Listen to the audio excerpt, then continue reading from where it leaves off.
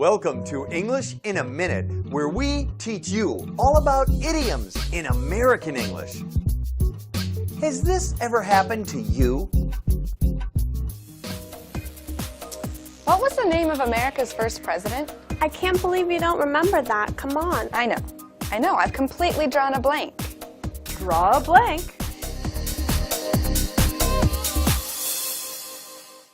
She could not remember that George Washington was America's first president because she drew a blank. It's another way of saying, I can't remember something. There's another meaning too. If you're looking for something but can't find it, then you draw a blank. In American English, you can use this phrase with friends or in business situations. And that's English in a Minute. Welcome to English in a Minute, where we teach you all about idioms in American English. If you've ever heard someone say that they were dressed to kill, don't worry, you're not in any danger. It's just the opposite. Do you see that couple over there? Yeah, it looks like they're going into that new restaurant. They look great. Oh yeah, they are dressed to kill. In American English, dressed to kill is a different way of saying dressed very attractively or dressed to impress. This phrase came from criminals. In the past, people who were professional criminals often dressed in fancy clothing to hide the fact that they were doing horrible things. So, if you were dressed to kill back then, you would be wearing a pretty nice looking outfit. And that's English in a Minute. Welcome to English in a Minute. Here's an example when two words used together can sound very painful. Hey, I saw your friend Anna yesterday. She was telling me about your birthday party, and she said that it was the best party that she had been to all year. Wow, that's why my ears were burning. If people say, my ears were burning, it means someone was talking about them, but they weren't there to hear it. Imagine a message being sent to you when people are talking about you. This comes from ancient Rome, when people believed burning ears and other sensations signaled current or future events. If it was in the right ear, the person was praised. The left ear meant evil may come. And that's English in a Minute. Welcome to English in a Minute. You would think that an elephant would be easy to see, but that is not the case with this idiom. Elephant in the room. I really don't want to go to the meeting today. Why? Just sit there and nod your head like I do. But nobody is willing to talk about the elephant in the room. What elephant? The fact that our company has no money, broke. Oh, that elephant in the room. Yeah, don't bring that up. Nobody wants to talk about that. An elephant in the room is a problem that everyone knows about but does not want to talk about. It also refers to a truth everyone knows but ignores. A problem shouldn't be ignored, and neither should an elephant in the room with you. And that's English in a Minute. You probably enjoy listening to music.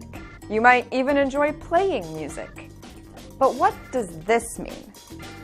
Face the music. Anna? Anna, is that you? Why are you hiding? Shh. I'm hiding from Ashley. Why? You know her favorite plant? I forgot to water it while she was away. Oh, that's dead. It's time you faced the music and told her. Yeah, Anna, it's time to face the music. This expression means to accept the results of your actions, even if the results are unpleasant. In Anna's case, it means to accept responsibility for killing my favorite plant. And welcome to English in a Minute. If you listen to American English, you might hear this phrase. Fair weather friend. What do weather and friends have to do with each other? Listen and find out. Bill sure was friendly when he needed our help moving to his new house. But since we asked him to help us move, we can't reach him.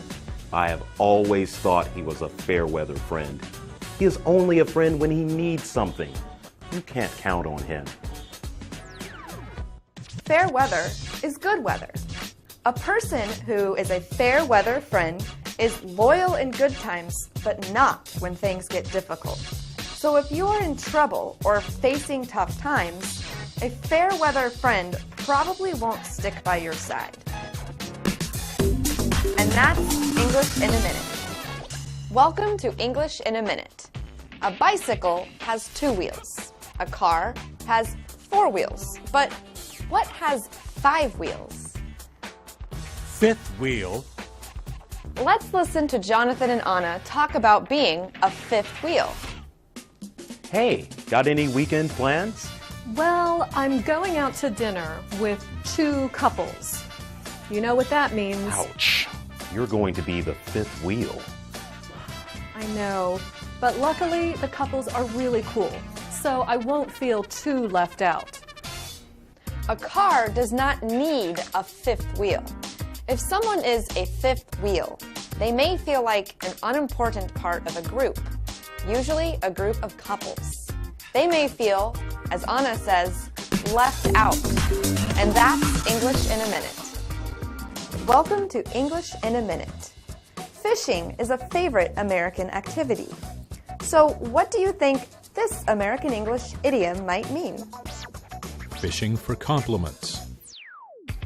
I got my hair cut last night, but I'm not sure how it looks.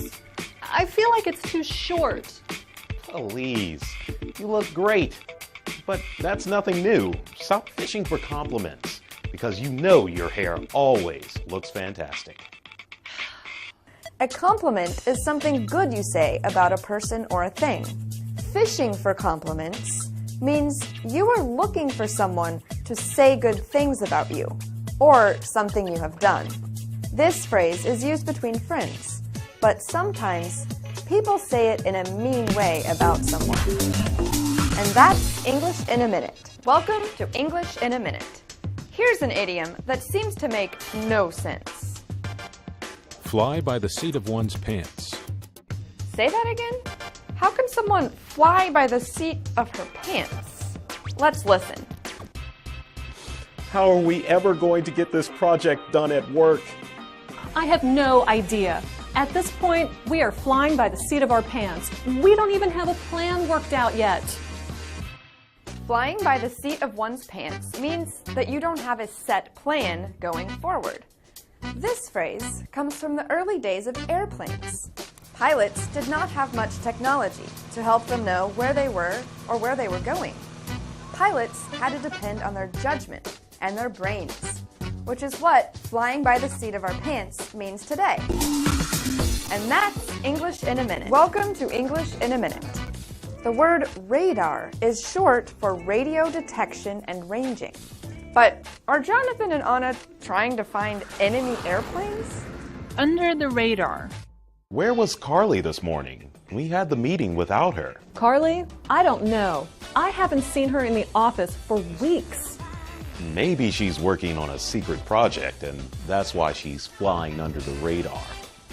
Well, she had better be careful, because if she flies under the radar for too long, no one's going to miss her when she gets fired. Before electronic devices, military aircraft would fly under the radar so they wouldn't be seen by the enemy. Today, to fly under the radar means to avoid being the center of attention, or to go unnoticed. And that's English in a Minute.